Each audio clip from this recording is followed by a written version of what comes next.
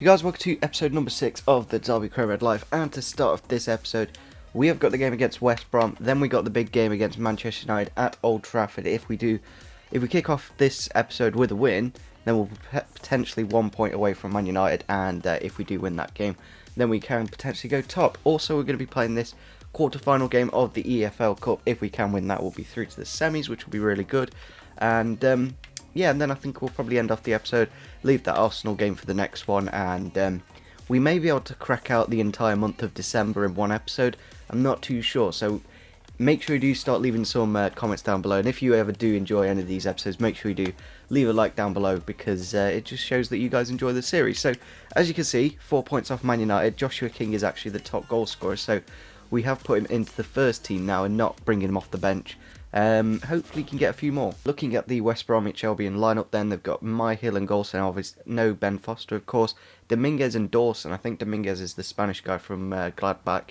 Brunt and Yom at the fullback positions, Robson Kanu and McManaman out wide. Palhina, I'm not too sure who he is, Claudio Jacob and Sado Berahino and Rondon up front. It's a pretty good attack, but we still should be able to win against a team that, like West Brom, are that kind of team that just stay above the relegation zone, but never really push on to mid-table. Here we go, ball into Joshua King on the edge of the box, but it has been blocked back to Hughes now. Into Thorne, obviously, against his former club. We're going to take the long shot, and Myhill has that to push that out for the corner. Ball into the back post here. Thomas Ince is on the end of it, but it is wide of the post. Obviously not the best header of the ball. If King was there, probably would have been 1-0. There it is, half-time against West Brom. Not the most eventful halves in the world, apart from that long shot from Thorne. I don't think we've had a single pop at goal, but yeah, we can always bring on a few players if we need the extra bit of pace. Here we go, Matthew Vidra against his former club, of course. He has got past the players with the finesse shot into the top of the net. Very nice goal from the former West Brom player. Obviously didn't have the best of time on loan at them, but yeah, that was a really good strike into that top right-hand corner. Just brought him off the bench literally a couple of minutes ago. Just turns the men here really nicely, finesses it, and yeah, really needed that goal to obviously get the 3 points. Here we go, ball through for Kanaka. I don't think he's quite got the stamina. I don't know what that means when it's red like that. I don't know if it's because he's got no stamina. But we have got a chance to get it into Vidra here, just wide of the post in the last few minutes. And there it is, full time against West Brom. Not the most eventful game. I don't think anything really happened in the first half. But in the second half, we kind of opened it up a little bit more with Vidra coming off the bench and managed to find the win. So we've got a few scout reports in here from Germany. There are some really nice ones, to be fair, and I'm not too sure. That guy's got a really good potential, but his overall's really low, and he is 17 already, so I'm not too sure if we should sign him. I think I'll leave these for another month, because I don't want to just be constantly signing them and then just releasing them when I find out that they're like 50 rated. So yeah, we'll give it another month, and we'll see what comes back. So George Thorne has made a decision, and he has decided he wants to leave the club. So we're going to have to put him on the transfer list, and we're barely going to get anything for him because he is on 6 months left in his contract. Yeah, we may get, I don't know, not a lot, but we'll get something. We'll get about 2, maybe 2.5 mil, which is a bit of a shame because I'd see him at a £10 million kind of player, because he is really vital to this squad. So here is the big game of the episode against Manchester United. Unfortunately, they did win their last game, so still a 4-point gap. But obviously, if we do win this one, we can close the gap to only 1 point. So probably the biggest game so far of this career mode, obviously at Old Trafford, a very big stadium.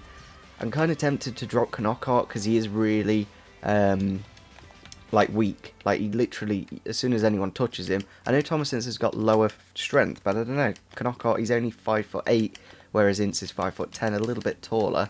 So I think for this game, I'm thinking to go for Vyman, just because of that extra bit of pace, a bit more directness, and yeah, he seems to do well whenever we do play him. Here it is then at Old Trafford. They have got Aubameyang up front from the looks of things, so it is going to be a very tough game. Looking at their lineup, they've gone for a 4-2-3-1.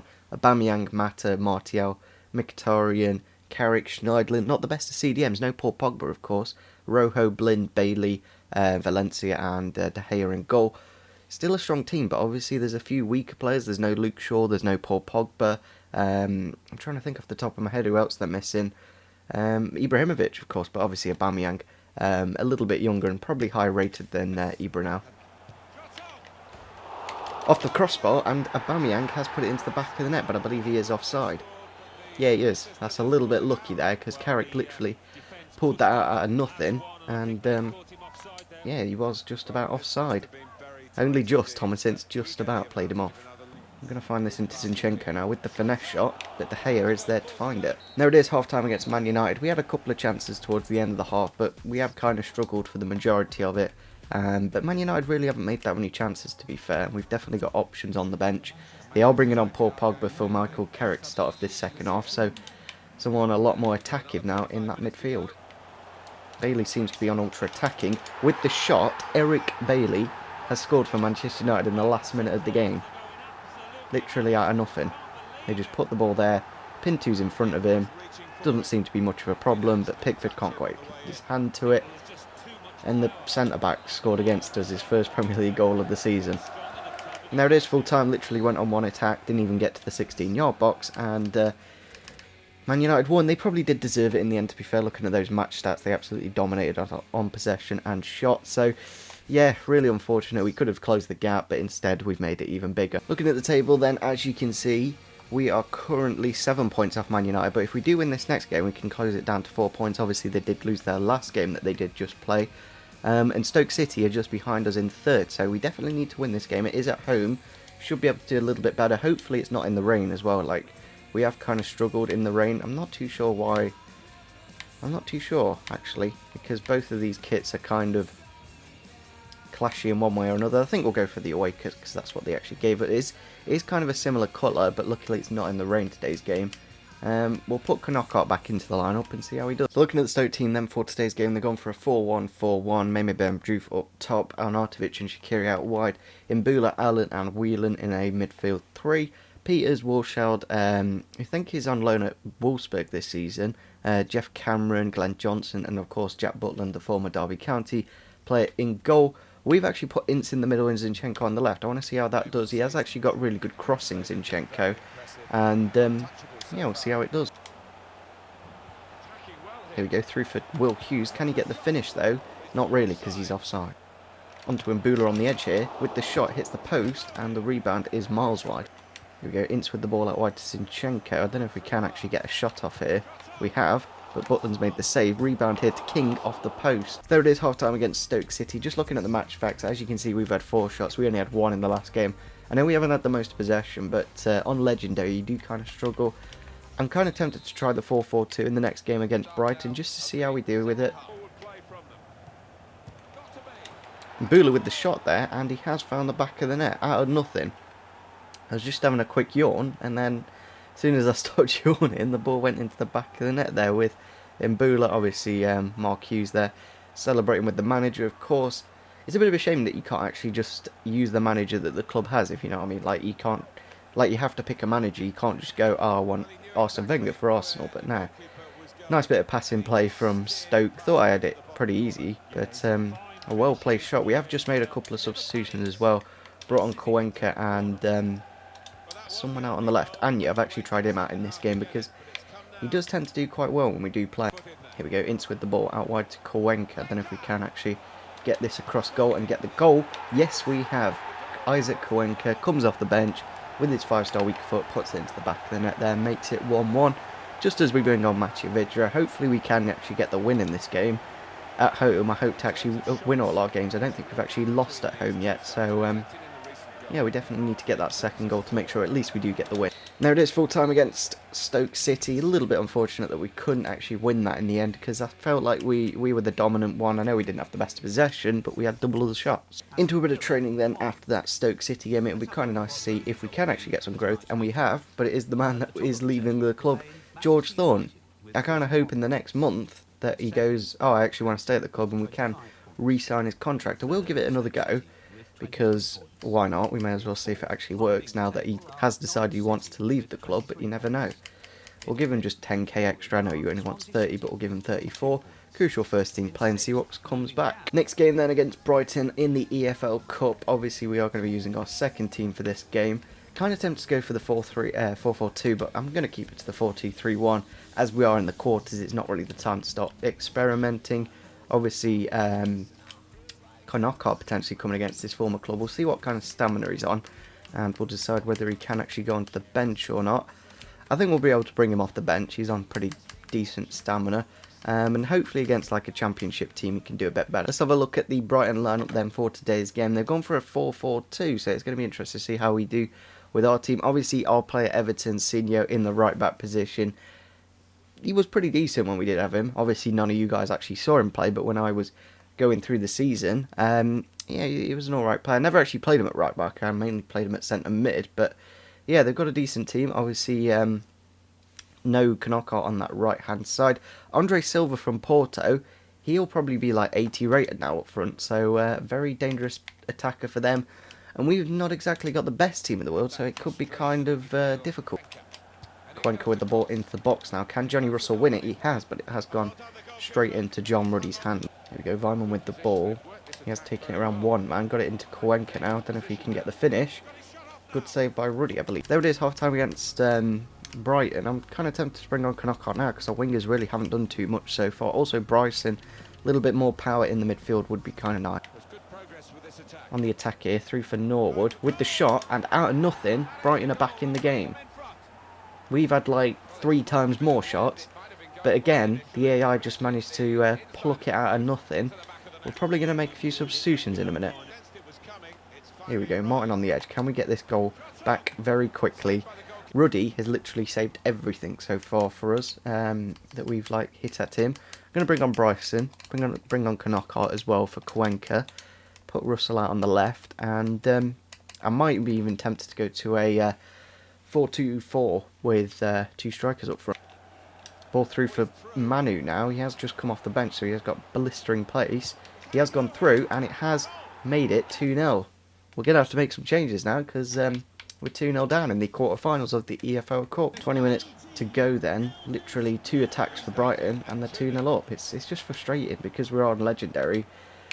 The likelihood of a goal going in from a shot is a lot higher than on other difficulties. Can we get this through for Knockout here? We have, but can he score against his former club? That is the question.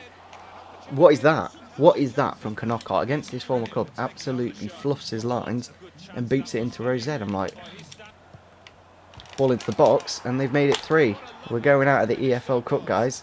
Literally, they held it in the corner for an age, let all of our players come across, and then just put it into the box. Canate there, and I don't know, just really frustrating because we are in Legendary. Every shot that the AI seems to have at the moment just goes in. Like, we've probably had 10, maybe 11 shots in this game. But yeah, we're going to just get this over the top here for Weimann. And just, John Ruddy, he's probably made about 7 or 8 saves. And there it is, full time against Brighton. We're out of the EFL Cup. I didn't really want to win it anyway, because it is a bit of a tin pot cup. But it's always nice to have a good cup run. We had 12 shots, they had 8. I know a lot of our shots weren't quite on target, but they were a lot better than Brighton's in my opinion. Or at least Forest got knocked out in the same round, that's kind of fair to be honest. But in the semi-finals we would have probably had Chelsea, Man U or Norwich. It would have been nice if we had Norwich, because then we could have got a final of Man United or Chelsea. But yeah, we're out of the EFL Cup. A little bit of a shame, but it's probably about the right time to go out, because now we've got the December month, and then we've got the FA Cup in the January month, so there's not too long until we're back into cup competition. So yeah, I think we are going to end off the episode here. We're probably going to be able to get through most of the month of December in the next episode. I might leave off maybe the last 2, maybe just the Sunderland game. We'll have to see, and then we'll be in the January transfer window. It's kind of weird that we're playing on Christmas. Like, that's a little bit silly in my opinion, because surely it'd be on Boxing Day, then the New Year Day, but obviously we've got a fixture on the 1st of January. Really weird, but I think when the FA Cup gets drawn, that will get moved to like there. So we'll see when it happens. It's obviously a little bit silly. The EA can't fixture games properly. But yeah, we're going to end off the episode here.